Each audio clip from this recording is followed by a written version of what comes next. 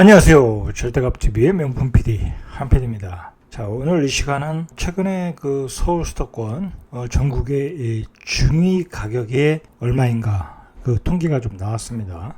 자, 그 통계를 중심으로 자, 지금의 아파트 가격이 어느 정도 위치해 있는 것인가, 앞으로 더 올라갈 여지는 얼마나 되는 것인가, 지금 얼마나 거품이 끼어 있는가, 한번 우리가 중위 가격, 소위 말해서 그 최하와 최상의 딱 중간 가격이라는 거예요.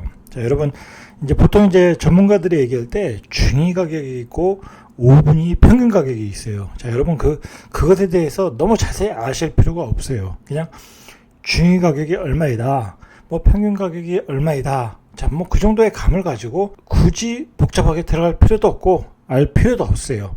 이 중위 가격만 정확히 아시고, 이 중위 가격을 중심으로 우리가 주택을 구매할 능력이 있는 건가, 그 각도심마다 뭐 서울이면 서울, 부산이면 부산, 뭐 세종이면 세종, 살만한 여력이 있는 건가, 정말 그 중위 가격이 그 가격대가 그 도시에서 거래가 되고 있는 건가, 어느 수준 정도에서 거래가 되고 있는 건가, 그런 것만 정확히 아시면 되는 거예요. 우리 일반인들에게 필요한 건 그거예요.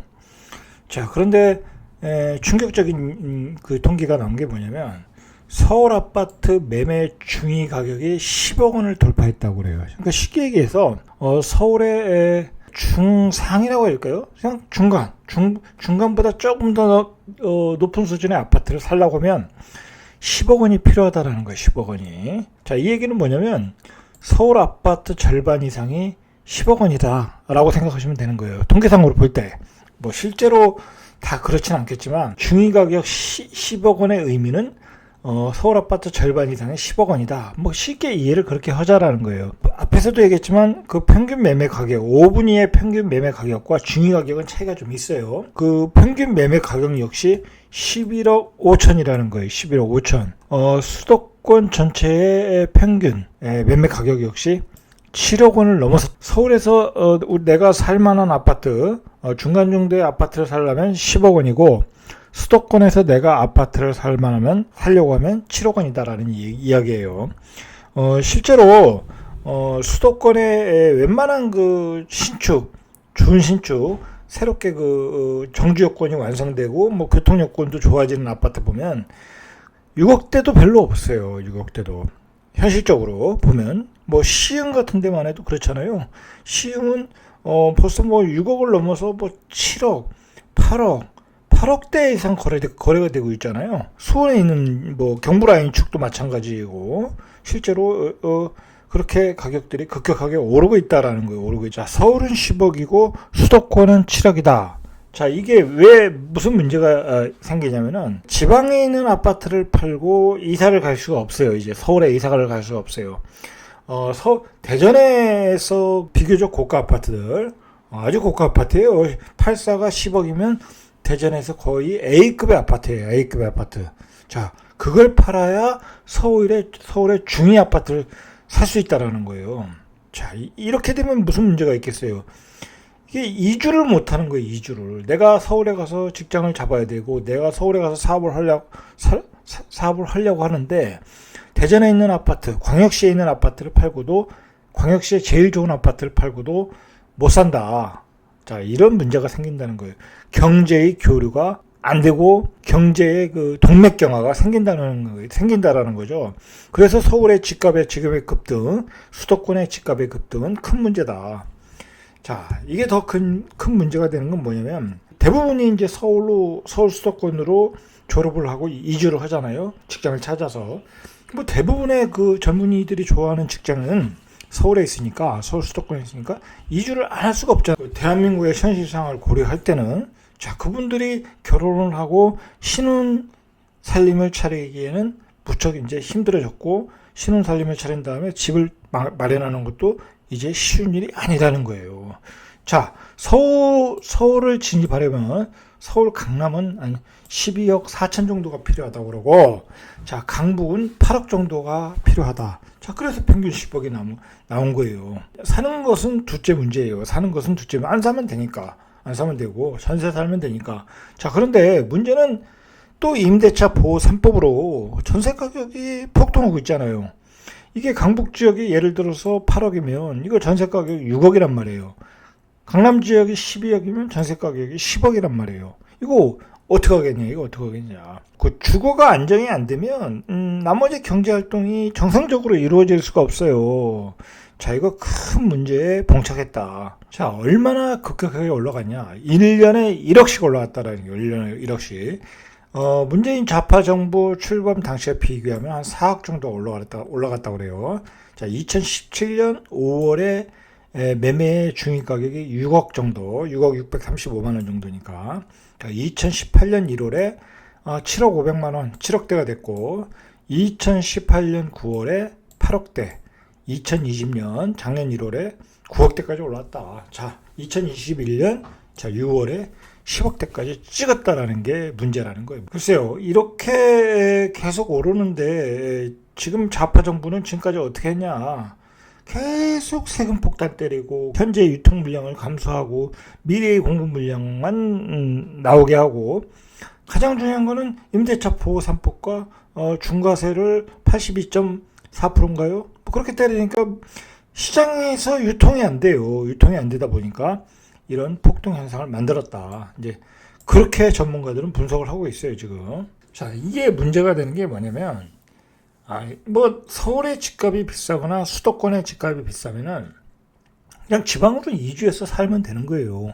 뭐 지방에 내려가서 살고 싶어 하시는 분들도 많거든요. 예를 들어서 서울의 집값이 비싸면 그걸 팔아서 뭐 지방에 원룸을 사가지고 그걸 뭐 월세 소득으로 이렇게 기반으로 해서 사시는 분도 있고, 아니면 지방에 있는 아파트가 저렴하니까 그 저렴한 아파트를 사고 나머지는 저금을 하고 뭐 자영업을 하시거나, 자, 그런 게 가능했단 말이에요, 그런 게. 자, 근데 그런 게 다 깨져버렸어요. 이제 지방에 내려가서 살아도 지방의 아파트가 싸지 않다라는 게 문제야, 이게. 수도권의 아파트도 이번 상승 사이클 전에는 뭐 김포까지도 안 가요. 김포까지도 안 가요. 뭐 고촌 주변. 그런데 뭐 2억대도 있었고 3억 초반도 있었고 싼 아파트가 많았단 말이에요. 이제 그런 게 다 1, 2억씩 올라버리니까 외곽으로 나가도 싸질 않다라는 거야. 이제 구축도 4억, 5억이에요. 옛날에 2억, 뭐 비싸 3억이면 살 수 있었던 것이 이제 4억, 5억이 돼버렸다는 거죠. 인천과 경기도의 평균 매매 가격은 3억 6,486만 원이에요. 인천이 3억 6,486만 원이고, 자, 인천은 예로부터 집값이 싸기로 유명했잖아요. 가장 저렴했잖아요. 이제 인천도 3억 중반대다. 그 예를 들어서 인천에 뭐 구도심들이 있지 않습니까? 굉장히 쌌었어요. 그런 데는 어차피 좀 서울 출퇴근이 좀 불가능한 지역은 인천 자체가 쌌거든요. 이제 그런 지역도 3억 중반대라는 거야. 근데 이게 문제는 뭐냐면 소득이 늘질 않잖아요. 소득이. 그렇죠? 같이 소득이 늘으면 상관없어요. 근데 전부 다 부채가 늘은 상태에서 집값을 지불하고 있다는 게 문제라는 거예요. 자, 경기도도 이제 5억 3천이에요. 이게 무슨 말이냐면 경기도에 조금 입지가 좋은 구축들 있지 않습니까?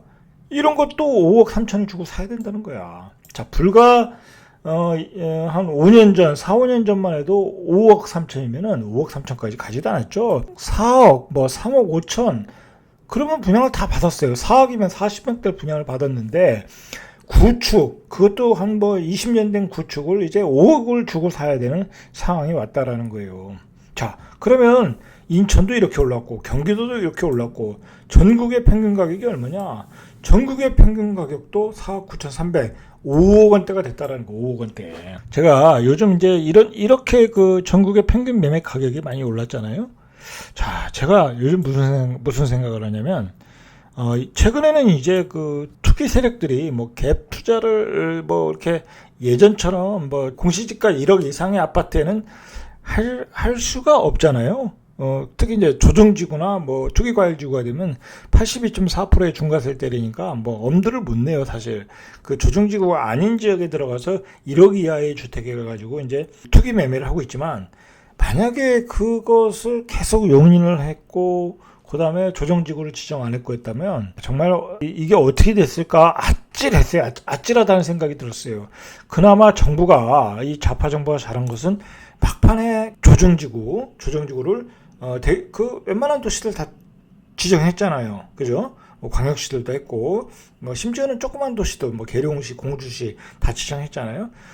그거 안 했으면은 집을 몇십 채씩 그 투기 세력들이 매집을 했을 가능성이 높다. 소수의 그 어떤 투기 세력들에 의해서 자산의 편중 현상이 일어날 수 있었을 수 있다라는 거예요. 그나마 좌파 정권이 잘한 것은 조정지구 지정을 잘했다라는 거예요. 그거 안 했으면 진짜 지금도 어마어마한 갭 투자가 들어갔어요. 지금 전세가가 임대차 보호 3법으로 전세가가 강세잖아요. 그나마 좌파 정부가 잘한 것은 조정지구 지정을 잘했다. 근데 요즘 또 문제가 뭐냐면 조금만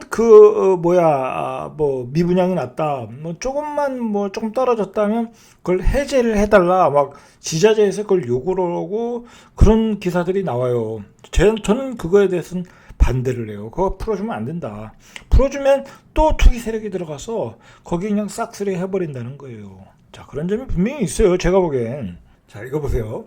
전국의 매매 평균 가격인데 세종이 5억 7,300이에요. 그러면 우리가 평균 매매 가격이라고 하면 84 아파트를 5억 7,300에 사야 되는 거잖아요. 세종에. 자, 세종에서 5억 7,300을 가지고 조금 입지가 떨어지는 곳, 예를 들어서 이제 그 세종시에 계획된 도시, 뭐 조치원이 뭐 다른 읍면단이 있잖아요. 그런 지역은 말고, 그런 지역은 뭐 2억에도 사고 3억에도 사고 그럴 수 있어요. 자, 그런 지역 빼고.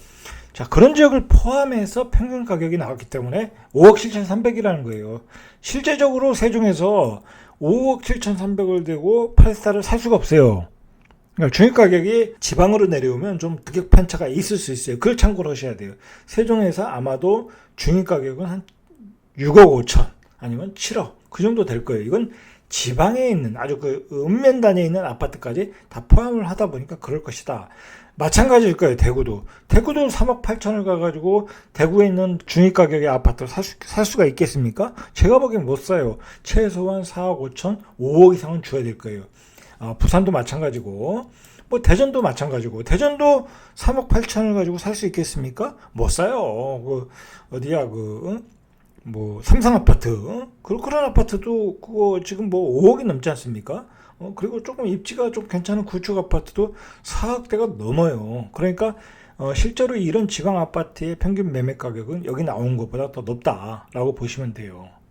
자, 지방은 평균가보다 실제로 높다. 이런 외곽 지역까지 이 지방은 아파트의 중심지와 외곽지의 가격 편차 크다 보니까 이렇게 가격이 낮게 나오는 것 뿐이에요. 그렇게 보셔야 돼요. 그러면 예를 들어 대전은 제가 보기에는 4억 5천에서 한 5억은 있어야 산다는 거야. 자, 그러면 대전 같은 경우에 이번 상승 사이클 전에는 한 2억 한 6, 7천에도 샀거든요.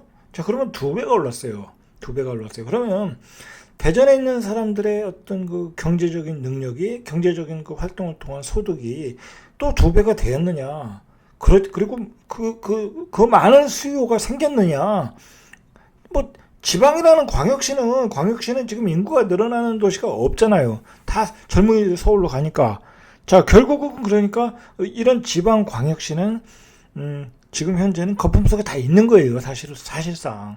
왜냐하면 2억 5천에서 5억까지 단기간에 올라갔으니까. 근데 그 수요를 계속 받쳐주는, 계속 들어오는 수요가 있느냐 이거야. 그걸 생각할 때 그게 쉽지 않다라는 거죠. 왜냐하면 젊은이들이 신혼부부들이 여기 살아서 계속 그 집 수요가 집을 매매하고 수요가 있어야 되는데 그 사람들이 다 서울로 올라가잖아요. 자, 그런 점도 우리가 중장기적으로 한번 생각을 해봐야 될 내용이라는 거죠. 자, 결국은 이제 이런 중위가 아파트의 그 가격을 통해서 우리가 얼마나 아파트 가격이 올랐나를 알아야 돼요. 예전에 6억이 오를 때만 해도 2017년 6억만 할 때 서울 기준으로 6억만 할 때도 와, 무슨 6억을 어떻게 내냐 그랬잖아요. 그거 이제 다 부채를 메꾼 거예요, 결국은. 근데 그게 10억이 됐어요. 그러면 10억의 아파트를 서울에서 매매하시는 분들은 최소한 4억에서 6억을 대출받고 최소한 한 달에 이자만 100만 원 낼 거고 원금까지 하면 200만 원을 낼 가능성이 많아요. 150에서 200만 원을 낼 가능성이 많다. 4억이면. 그러면 그 사람의 그분들의 소득에서 150에서 200을 낸다고 하면 그 생활이 어떻게 되겠습니까? 자, 이게 어려워지는 거예요. 어려워지는 거예요. 그만큼 이 가격을 지탱하고 있는 어떤 그 기초가 단단하지 않다라는 거야. 결국은 저금리 부채로 끌어올린 거예요, 지금. 이 가격은. 중위 가격이 6억에서 10억 될 때는 저금리 부채로 끌어올린 거야. 자, 그러면 어떻게 되겠어요? 금리 인상을 하면 언젠가는 무너지기 시작할 수밖에 없어요. 그 2% 되던 게 2.5% 되던 게 4%만 돼도 얼마가 늘어나는 거예요. 그러면 그 사람은 150을 내던 걸 250, 300을 내야 되는 상황이 올 수가 있다라는 거예요. 150을 내던 게 한 250만 내도 그게 생활이 쉽게 되겠습니까? 둘이 맞벌이해서 600만 원을 번다고 해도 그게 쉽지가 않다라는 거예요. 왜 그러냐면 그렇게 되면 매물이 계속 나오고 그리고 시장의 수요가 줄잖아요. 그리고 저쪽에서는 상기 신도시라고 또 공급 물량 계속 늘어나고 새 아파트 받으려고 그럴 것이고 결국은 시간의 문제지. 금리 인상을 하면 서서히 무너질 수밖에 없다. 시장은 저는 그렇게 봐요. 그렇게 될 수밖에 없어요. 왜 그러냐면 말 그대로 굳이 구축을 내가 비싼 이자를 주고 살 필요 없다. 그러면 신축으로 다 몰릴 수밖에 없거든요.